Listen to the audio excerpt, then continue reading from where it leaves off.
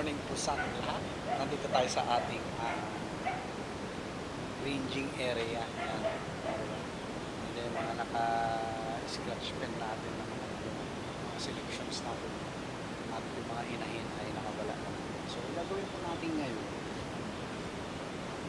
ay isi-share ko sa inyo isa-isa ang ating mga Oriental Warriors. Yan. Siyempre, unahin muna natin sa tatay. Yan, lagyan natin dito. Yan. Unahin muna natin ang tatay. Nakikita ba? Dito siguro sa tatay. Yan. Okay.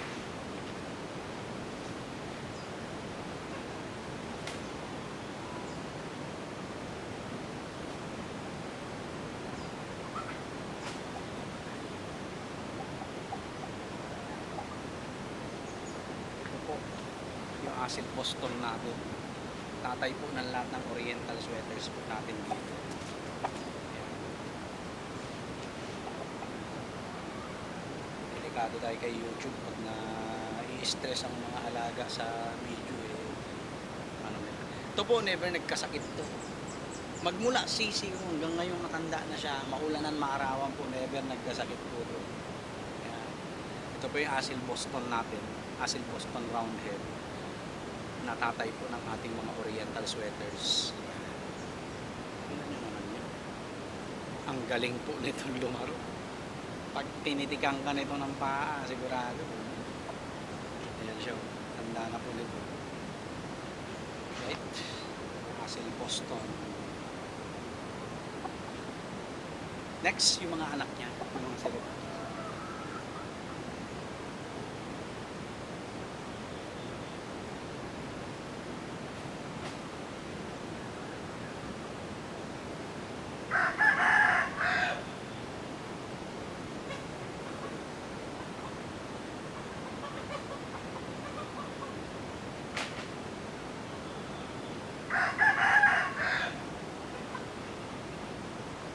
Ito po ang isa sa Oriental sweater natin.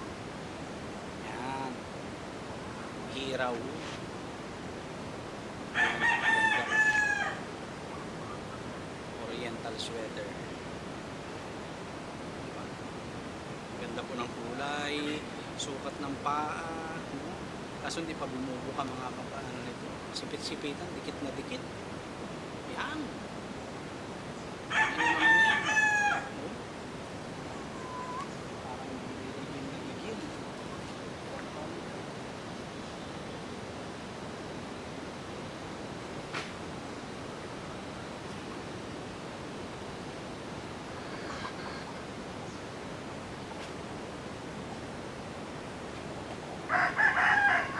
Ito po, Oriental sweater din po natin. Yan. Malimbuyugin. Sipit-sipitan po nitong mga to. Grabe, dikit na dikit. Malalakas pumalo po itong mga to sigurado. O, diba? Oriental sweater. Ito malapit na maglaban po. Ano yung kulay? Diba? Napaka-solid. Pag pumalot po itong mga ito ibang klase.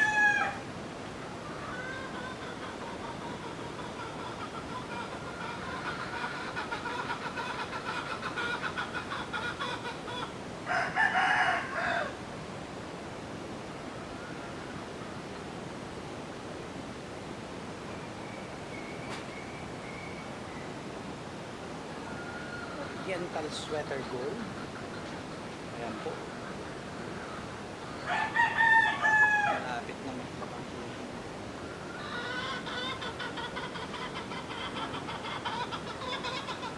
So bali ang blood composition na po nito mga to is 25% asin, 25% Boston Rounded at saka 50% na 5K sweater.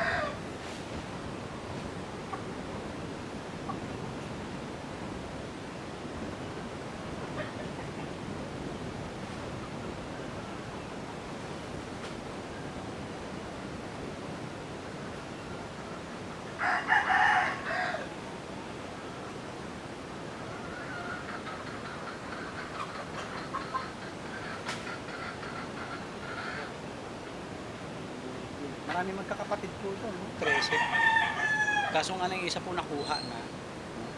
Hindi pa natin napuruga itong mga to. Yan. Oriental sweater. Dikit na dikit po ang sipit-sipitan niya mga yan. Halos wala kang mapaglagyan. Right? Marami pong lumabas na alimbuyugin at saka gold. Tapos yung hiraw po nag-iisa.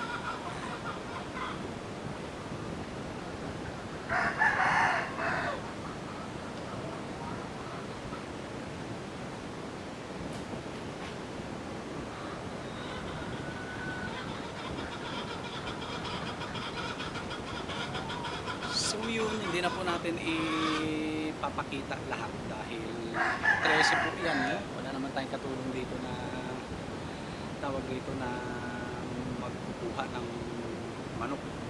At least naipakita ko sa inyo kung sino yung tatay ng mga oriental sweaters natin, yung Asil Boston natin. Grabe po lumaro yun. Actually 13 na sa kapatid niya yung nananalo. At magandang winning percentage po nilang magkakapatid ng mga Asil Boston. And hopefully itong mga to is maganda rin ang record nila, no? So itong mga nasa likod natin ng mga inahin, nasa na sila? Wala naman na. Ayan. Ayan yung mga yan, no? Ay mga oriental sweaters din po yan. So kapatid po yan nung ating mga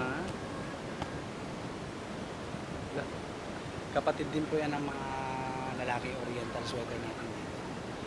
Alright? So yun po, at least nakita nyo kung ano yung mga itsura na ng ating mga oriental sweater. At ikinagagalak ko po na maipakita sila sa inyo. Ayan, mga oriental sweater pa po yan. Pero mga asil looking po kasi sila.